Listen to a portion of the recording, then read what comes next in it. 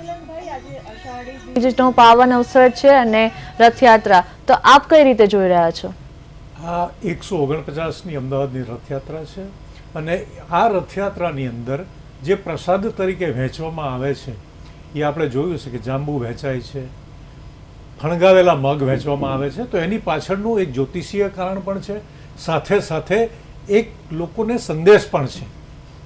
એટલે જે પણ કોઈ પ્રસાદ વહેંચાય છે એ પ્રસાદની પાછળ તમે આજના દિવસે જો આ ફણગાવેલા મગ અથવા તો જાંબુનો પ્રસાદ તમે વહેંચો છો તો તમારી લાઈફની અંદર આવનારી જે તકલીફો છે અથવા તો જે પણ કોઈ તમારી સમસ્યાઓ છે એનું સમાધાન આ પ્રસાદની અંદર છુપાયેલું છે, મારું એવું માનવું છે. જી મિલનભાઈ, રથયાત્રા પહેલા ભગવાનને આંખે પાટા બાંધવામાં આવે છે, તેનું શું કારણ હોઈ શકે? હવે આંખે પાટવા બાંધવાનું કારણ તો એ છે કે આપણે જોયું હશે કે રામા અવતારની અંદર ભગવાન રામચંદ્રજીએ પેલા વાલી અને સુગ્રીવના જે યુદ્ધ વખતે વાલીને છુપાઈને તીર મારેલું. એવી જ રીતે મહાભારતની અંદર ગાંધારીએ આંખે પાટા બાંધી દીધા હતા. તો આંખે પાટવા બાંધવાનો મતલબ એ છે કે તમે ધ્યાન અવસ્થામાં જાઓ, બીજું કોઈ મતલબ નથી. તમે ધ્યાન અવસ્થામાં જાઓ અને તમારા માઇન્ડ મનથી અને તનથી જે અહીંયા આપણું ચક્ર રહેલું છે, જે મૂલાધાર મેઇન ચક્ર છે આપણું, ત્યાં આગળ તમારા ધ્યાનને કોન્સન્ટ્રેશન કરવાનું છે. એટલે આંખા પાટા બાંધવાનું મારા હિસાબે તો એ કારણ છે. બાકી તમારે જો ખરેખર ધ્યાનમગ્ન થવું હોય તો તમારા આંખોના ટેરવાને નાકના ટેરવા સાથે અથવા તો જે મધ્યબિંદુ છે જ્યાં આપણે તિલક લગાવીએ છીએ એ જગ્યાએ તમારી આંખોને કેન્દ્રિત કરવાની છે. હવે ઘણા સંજોગોમાં તમારી આંખો ખુલ્લી હોય તો તમે નથી કરી શકતા, તો એના માટે તમે આંખે પાટા બાંધો તો તમને કંઈ દેખાય નહીં. દેખાય નહીં એટલે તમે કંઈ વિચારો નહીં, વિચારો નહીં એટલે તમારા મગજમાં ખાલી એ જ ધ્યાન જાય કે મારે ધ્યાન કેન્દ્રિત ક્યાં કરવાનું છે. માટે આંખે પાટા બાંધવાના કારણો બહુ જુદા જુદા છે. બહુ નાની નાની ઉંમરમાં અત્યારે તો એ બધી રમતો લુપ્ત થઈ ગઈ છે, પણ આંખે પાટા બાંધીને એકબીજાને પકડવાની પણ રીતો ચાલતી હતી. આની પાછળ પણ ક્યાંક ને ક્યાંક જ્યોતિષ, ક્યાંક ને ક્યાંક સાયન્સ અને ક્યાંક ને ક્યાંક આપણી પરંપરાઓ જોડાયેલી હતી. રમેશભાઈ, હું તમને પૂછવા માંગીશ કે રથયાત્રામાં જે ગજરાજો હોય છે તેના વિશેનું શું કારણ હોઈ શકે? ગજરાજ એટલે ગજ એટલે લક્ષ્મીનું પ્રતીક કહેવાય છે. જી. એટલે ગજરાજ એટલે એમ કે ભગવાનની હંમેશા શાહી સવારી જ્યારે નીકળે એટલે ગજરાજ તો જોઈએ, ઘોડા પણ જોઈએ, ગજરાજ પણ જોઈએ. પણ ગજરાજ એટલે સાક્ષાત એમ ગજલક્ષ્મી નથી કે ગજલક્ષ્મી, અજલક્ષ્મી, લક્ષ્મી, એવી રીતે ગજલક્ષ્મી એટલે મોટી લક્ષ્મી. એટલે આથી એમ કે ગણપતિનું પ્રતીક છે, દાદાનું પ્રતીક છે. એટલા માટે એમ કે પહેલા શરૂઆતમાં હાથી પ્રસ્થાન કરે છે અને પાછળ ભગવાનનો રથ આવે છે. અને હંમેશા જ્યારે યુદ્ધ થાય ત્યારે હાથીને પહેલા આગળ કરવામાં આવે છે. એટલે જ્યારે ભગવાનનું એક રક્ષણાત્મક, જેને કહેવાય રક્ષણાત્મક કાર્ય જે ગજ કરી રહ્યા છે.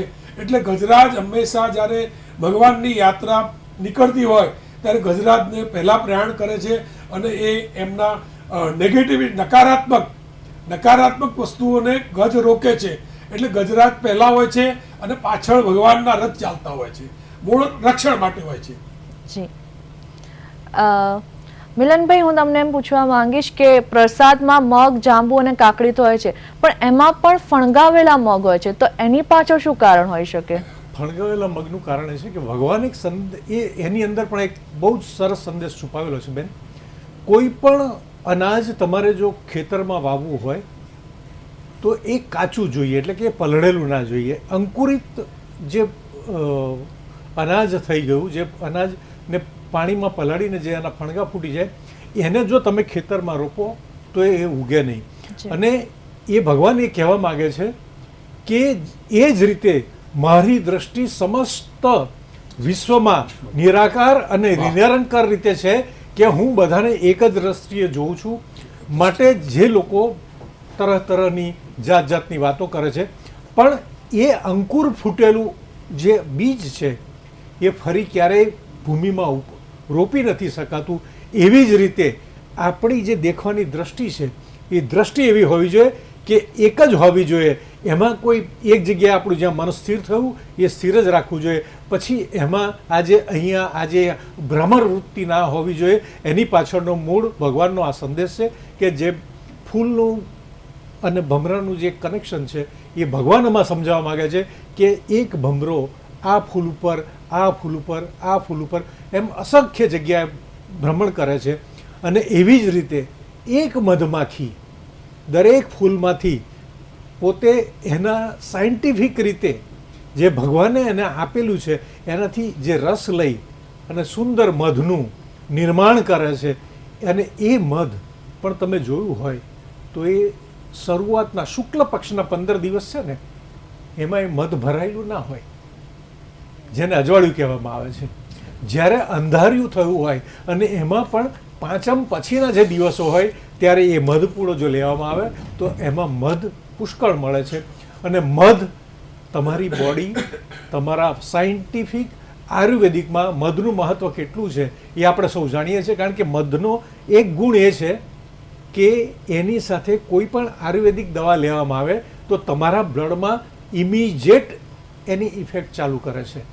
એટલે ફણગાવેલા મગનો આ પ્રભાવ છે. હવે જાંબુની વાત કરું તો જાંબુ એક કૃષ્ણ ભગવાનને બહુ પ્રિય છે, વૃક્ષ પણ પ્રિય છે. કારણ એનું એ છે કે રોહિણી નક્ષત્રમાં કૃષ્ણ ભગવાનનો જન્મ થયો હતો અને રોહિણી નક્ષત્રનું જો વૃક્ષ કહીએ તો એ જાંબુ છે.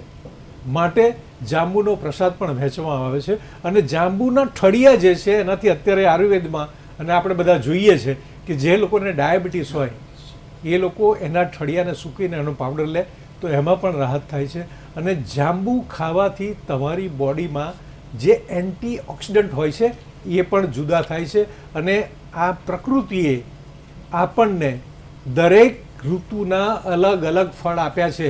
એની પાછળનું આ પ્રકૃતિનું એક ભવ્ય કારણ છે જે આપણે સમજી શકતા નથી. અને અત્યારે તો આપણે ફાસ્ટફૂડમાં કેવા મસ્ત છીએ એ આપણે સૌ જાણીએ છીએ. જી